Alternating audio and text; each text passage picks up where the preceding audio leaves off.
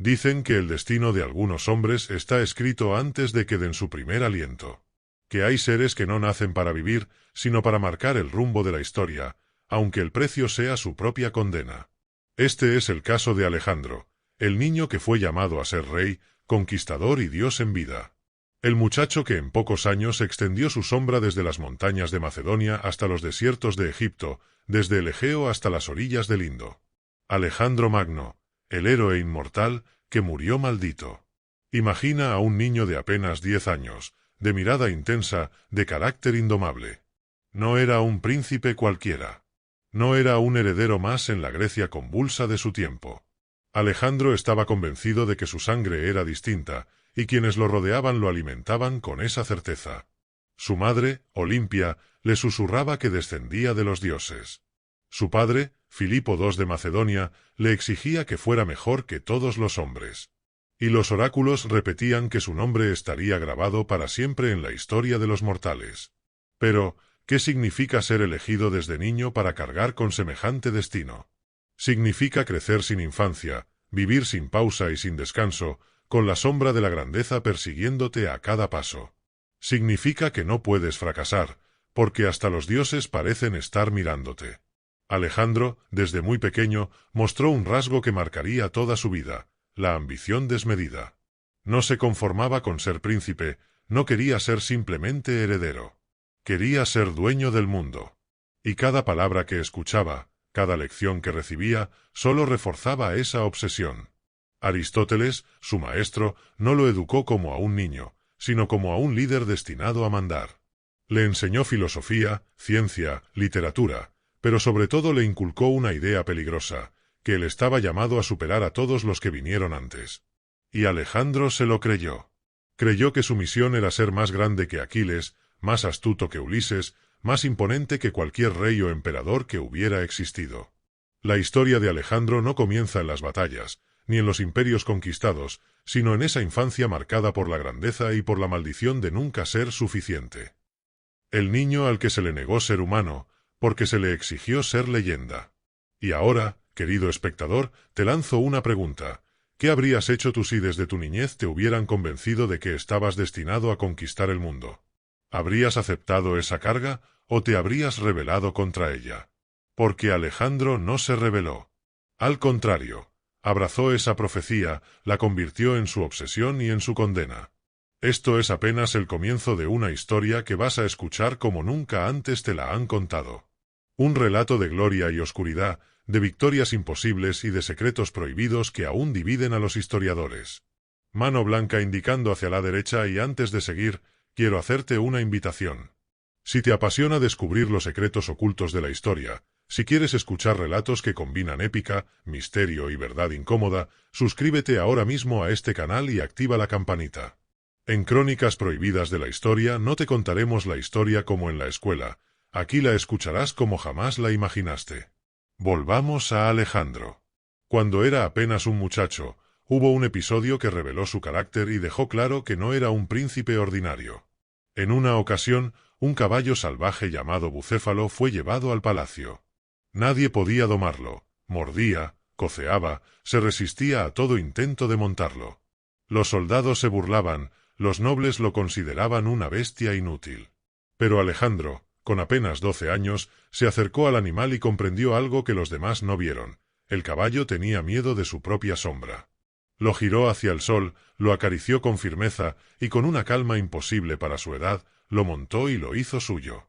Desde ese momento, Bucéfalo fue su compañero inseparable, y aquel gesto mostró al mundo lo que Alejandro sería, un hombre capaz de dominar no solo caballos salvajes, sino imperios enteros. Y así comenzaba la leyenda de un niño que, apenas entrando en la adolescencia, ya era visto como diferente, como predestinado. Pero lo que sus súbditos y maestros veían como una señal de grandeza, era también el comienzo de su maldición. Porque no hay destino glorioso que no venga acompañado de un precio oscuro. Y Alejandro pronto descubriría que su camino hacia la cima sería también su descenso hacia la condena. Alejandro nació en el año 356 a.C., en Pella, la capital de Macedonia. Desde su primer día, las historias que lo rodearon parecían sacadas de un mito. Su madre, Olimpia, Aseguraba que la noche en que él fue concebido, un trueno había iluminado el cielo y una serpiente sagrada se deslizó en su lecho.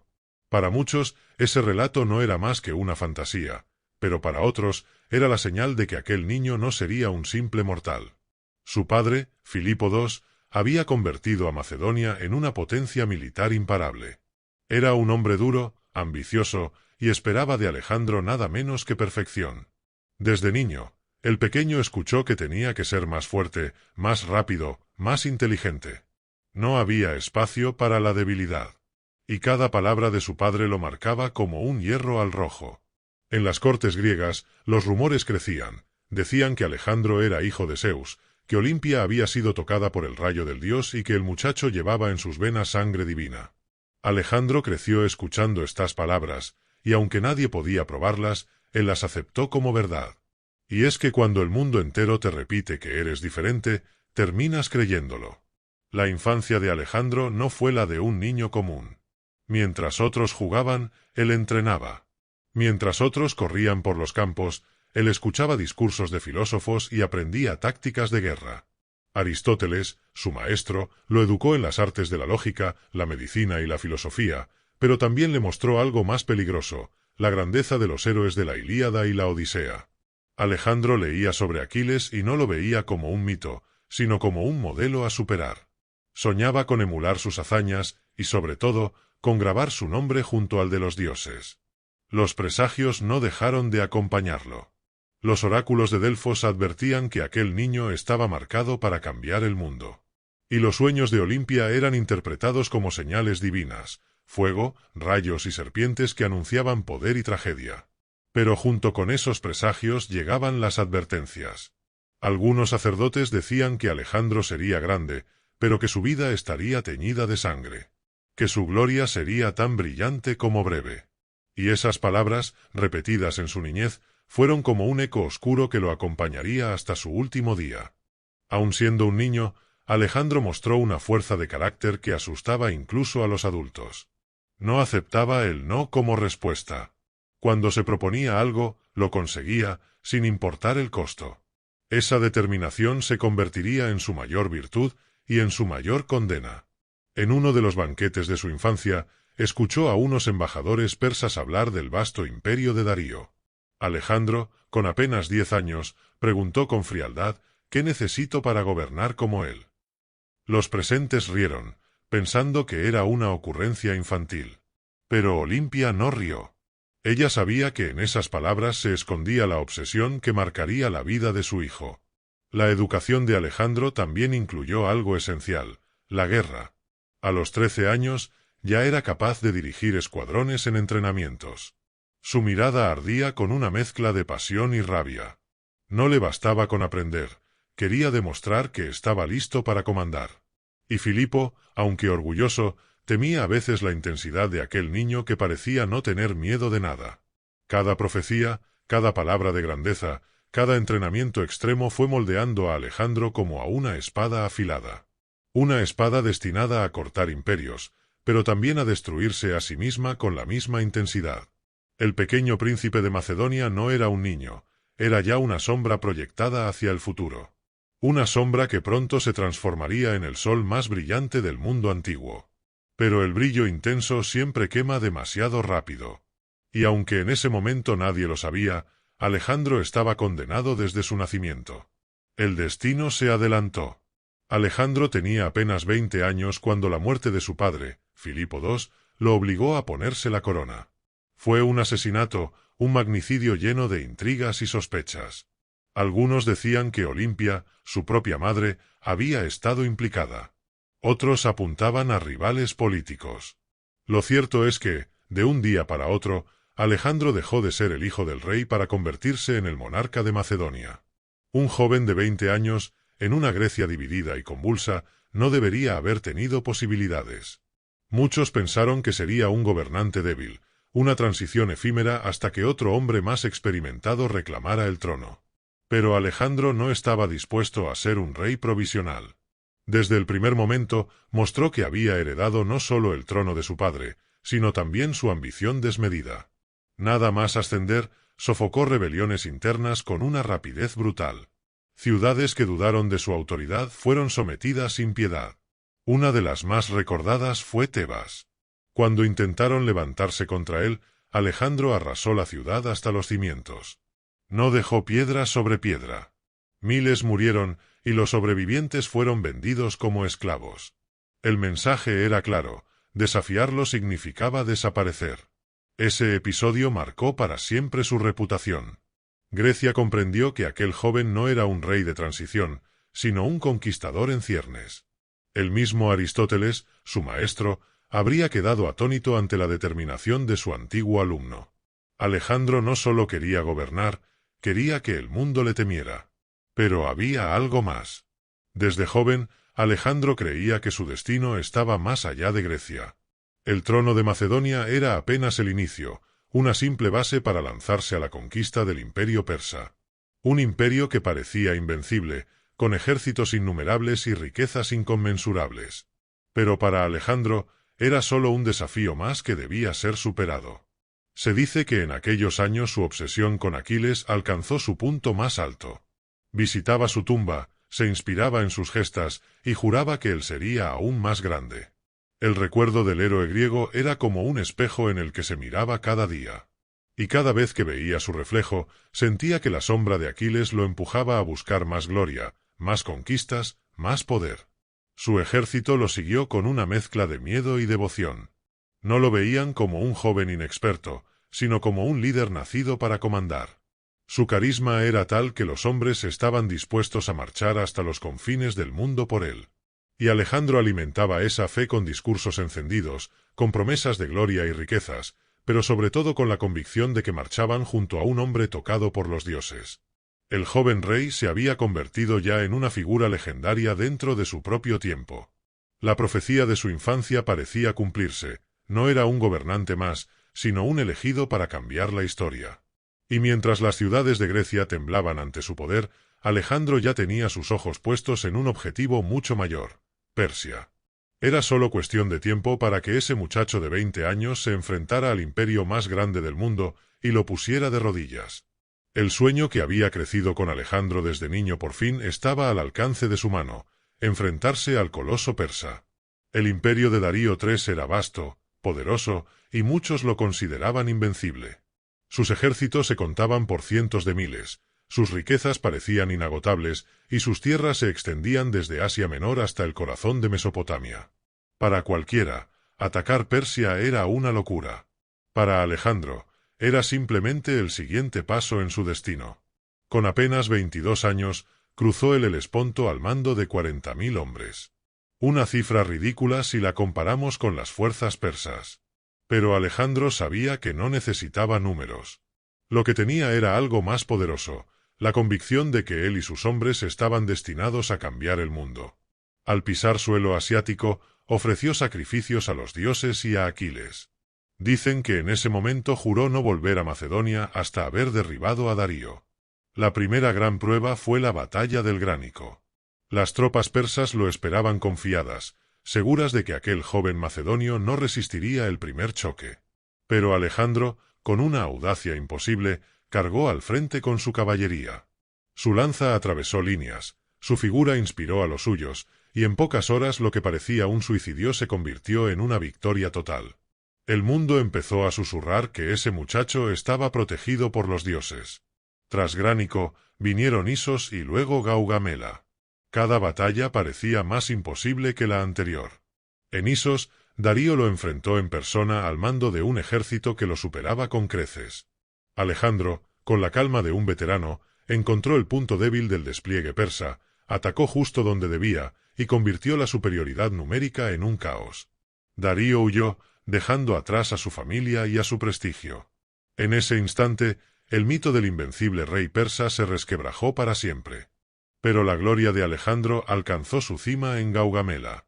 Allí, frente a un mar interminable de soldados persas, Alejandro tomó una decisión que cambiaría la historia.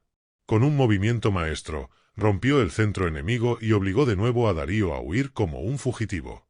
Persia estaba de rodillas. El imperio más grande del mundo había caído ante un joven que apenas superaba los 20 años. El mundo lo miraba con asombro. Ya no era simplemente Alejandro de Macedonia. Era Alejandro el Grande, el Invencible, el conquistador que había derrumbado un gigante con el filo de su espada y la fuerza de su ambición. Y aquí, querido espectador, permíteme recordarte algo. Esta es solo una de las muchas crónicas prohibidas que revelaremos en este canal. Si aún no lo has hecho, suscríbete ahora mismo y activa la campanita. Porque lo que estás escuchando es apenas una parte de la historia que nunca te contaron como debería. Y créeme, lo que viene después es todavía más oscuro y sorprendente. Volvamos a Alejandro. Tras Gaugamela, marchó sobre Babilonia, Susa y Persépolis. Cada ciudad caía a sus pies, y con cada conquista, Alejandro no solo acumulaba poder y riquezas, también alimentaba la idea de que era más que un hombre. Comenzó a adoptar costumbres persas, a ser venerado como un dios viviente. Sus soldados lo seguían con devoción, pero en sus corazones también empezaba a nacer el miedo. Porque Alejandro ya no se veía como un rey, se veía como algo más. El muchacho que partió de Macedonia buscando gloria había destruido el mayor imperio de su tiempo. Y con ello, había dado el primer paso hacia su propia maldición. Tras aplastar al gigante persa y hacer huir a Darío, Alejandro se dirigió hacia el sur, hacia la tierra de los faraones. Egipto, cuna de civilizaciones, se encontraba debilitado bajo el dominio persa y recibió a Alejandro no como a un invasor, sino como a un libertador. Los sacerdotes y la población lo vieron como el salvador que ponía fin a décadas de opresión extranjera. Al entrar en Egipto, Alejandro fue coronado faraón sin resistencia. Pero lo que hizo después fue todavía más revelador. Viajó al oasis de Sigua, en pleno desierto, para consultar el oráculo de Amón. Nadie sabe con certeza que le fue revelado allí. Algunos afirman que los sacerdotes lo llamaron hijo de Zeus Amón. Otros aseguran que le confirmaron lo que Olimpia siempre le había dicho, que su sangre era divina. Lo cierto es que Alejandro salió de ese santuario convencido de que ya no era un simple rey, sino un dios viviente. Esa creencia marcaría todo lo que vendría después. Porque un hombre puede gobernar con espada y carisma, pero cuando empieza a creerse inmortal, sus decisiones se tornan más arriesgadas, más peligrosas y más trágicas. Fue en Egipto donde también dejó una huella eterna en el mundo. Fundó la ciudad que llevaría su nombre, Alejandría. Situada estratégicamente en la costa mediterránea, sería mucho más que un puerto. Se convirtió en el centro del comercio, la cultura y el conocimiento durante siglos. Allí se levantaría la famosa Biblioteca de Alejandría, símbolo del saber humano, aunque también destino de tragedias futuras. Alejandro no fundó Alejandría solo como una ciudad. La fundó como un monumento a su ambición. Cada piedra, cada calle, cada templo proclamaba que él no era un simple rey, sino el dueño del mundo conocido. Los egipcios lo aceptaron como a un faraón, y su figura fue asociada con la de Horus y otros dioses. Alejandro no se resistió a esa veneración. Al contrario, la fomentó. Permitió que lo retrataran con iconografía divina, que lo adoraran en templos, que lo trataran no como a un hombre, sino como a una deidad en carne y hueso. Pero mientras en Egipto se levantaban monumentos en su honor, en su ejército empezaba a surgir un murmullo. Muchos de sus generales, hombres que habían compartido con él las penurias de la campaña, lo seguían respetando, pero ya no lo reconocían. El Alejandro que había marchado con ellos desde Macedonia parecía transformarse ante sus ojos. Ya no hablaba como un rey, sino como alguien que se creía elegido por los dioses. Los soldados murmuraban en las tiendas, preguntándose hasta dónde los llevaría aquel joven que ahora se consideraba inmortal. Porque la gloria inspira, pero también asusta. Y en el corazón de aquellos hombres empezaba a crecer un temor silencioso, ¿y si su líder, en su ambición divina, terminaba llevándolos hacia la destrucción? Egipto había sido la confirmación de la grandeza de Alejandro, pero también el inicio de su metamorfosis. De libertador, pasó a ser faraón. De rey, pasó a ser Dios. Y con ello, la maldición que lo acompañaba desde niño comenzó a hacerse más pesada. El joven conquistador había fundado una ciudad destinada a perdurar por siglos. Pero sin saberlo, también había dado otro paso hacia su propio final. La gloria no llega sin un precio. Y en el caso de Alejandro, aquel precio comenzó a revelarse lentamente, como una sombra que se extendía detrás de cada victoria. Cuanto más grande era su imperio, más pesado se volvía el peso de su ambición. En Persia y Egipto había sido venerado como un dios, pero esa adoración empezó a cambiarlo. Ya no era el joven guerrero que marchaba al frente de su caballería. Ahora se presentaba con vestiduras orientales, adoptaba costumbres extranjeras y exigía que incluso sus propios generales se inclinaran ante él como ante un monarca absoluto. Para los macedonios, criados en una cultura de reyes cercanos y soldados orgullosos, aquello era insoportable. El Alejandro humano comenzaba a desvanecerse, dando paso a una figura semidivina, arrogante y peligrosa.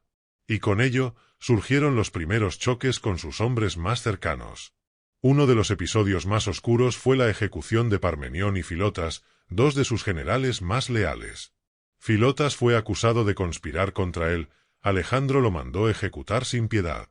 Pero lo más terrible vino después. Ordenó también la muerte de Parmenión, su padre, un veterano que había servido a Macedonia durante décadas. Muchos vieron aquel acto como una muestra de paranoia, una señal de que Alejandro ya no confiaba en nadie.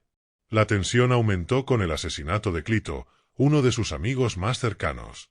En un banquete, bajo los efectos del vino, Clito se atrevió a criticarlo, recordándole que debía su poder a los macedonios y no a los dioses. Alejandro, en un arrebato de furia, tomó una lanza y lo atravesó con sus propias manos.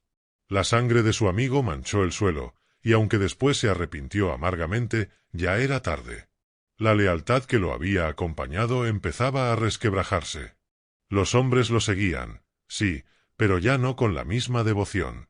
Algunos lo temían, otros lo envidiaban, y muchos comenzaban a sospechar que la grandeza de Alejandro no era una bendición, sino una maldición que arrastraba a todos hacia un destino incierto. En su obsesión, Alejandro siguió avanzando, cada vez más lejos, hacia tierras desconocidas, sin detenerse a disfrutar de lo conquistado. Quería más, siempre más. Persia había caído, Egipto lo había coronado, pero él soñaba con llegar al final del mundo, donde los mapas se terminaban y solo quedaba lo desconocido.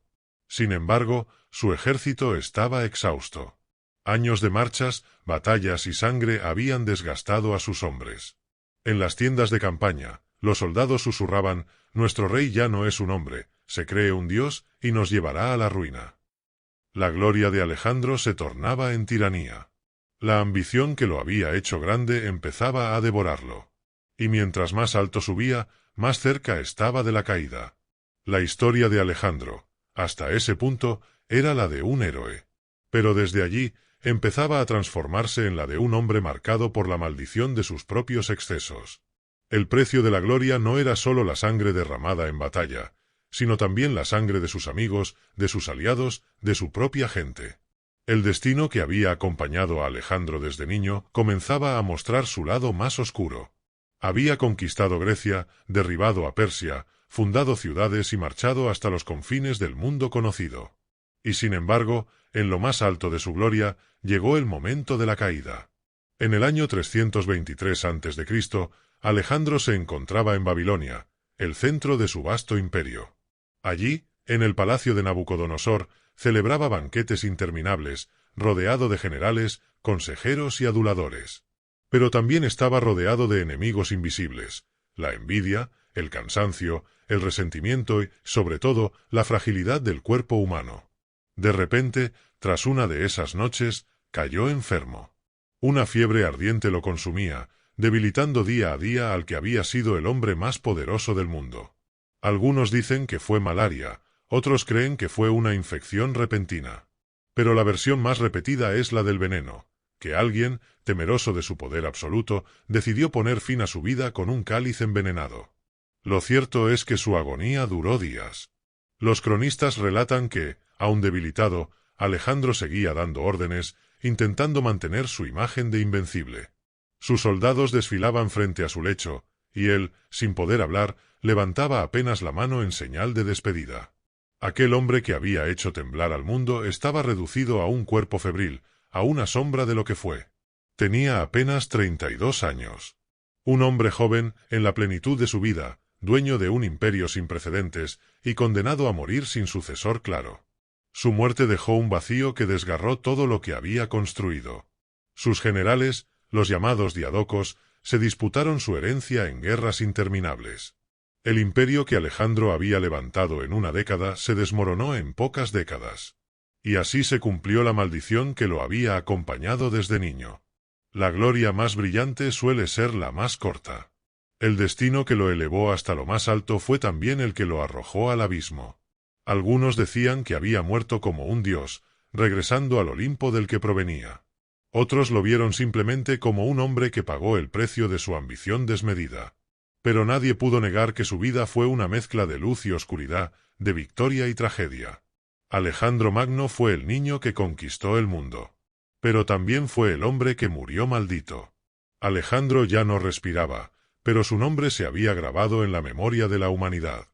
Su cuerpo, cuentan algunos, no se descompuso durante días, lo que avivó la leyenda de que realmente era un semidios. Sus restos fueron disputados por sus generales, y finalmente trasladados a Egipto, donde reposaron como el de un faraón. Pero lo más importante no fue donde descansaron sus huesos, sino lo que dejó tras de sí. Porque aunque su imperio se fragmentó, sus conquistas encendieron una chispa que jamás se apagó, la expansión de la cultura helenística. Gracias a Alejandro, el griego se convirtió en lengua común desde Egipto hasta la India. Sus ciudades, como Alejandría, se convirtieron en faros de conocimiento y arte. Su visión de un mundo conectado cambió para siempre el curso de la historia. Y sin embargo, entre tanta grandeza, su sombra permanece. Murió joven, sin heredero, en circunstancias misteriosas. Fue víctima de una enfermedad, de un veneno, o de la misma maldición que parecía perseguirlo desde el día en que nació. Esa duda lo convierte en un personaje eterno, un héroe, un conquistador, pero también un enigma. Hoy, más de 2000 años después, su historia sigue fascinando porque nos recuerda algo esencial, que incluso los hombres más grandes, los que se creen invencibles, están sujetos a los caprichos del destino. Alejandro Magno fue luz y fue oscuridad. Fue gloria y fue tragedia. Y por eso, aunque su vida terminó demasiado pronto, su nombre nunca morirá. Megafonía y ahora, antes de cerrar esta crónica, quiero hablarte a ti. Si este relato te atrapó, si quieres descubrir más historias prohibidas, llenas de misterio, gloria y secretos de la humanidad, este es tu lugar. Te invito a suscribirte ahora mismo a Crónicas Prohibidas de la Historia, activar la campana de notificaciones y acompañarnos en este viaje donde desenterramos lo que otros prefieren callar. Porque esta es solo una de las muchas verdades ocultas que aún esperan ser contadas.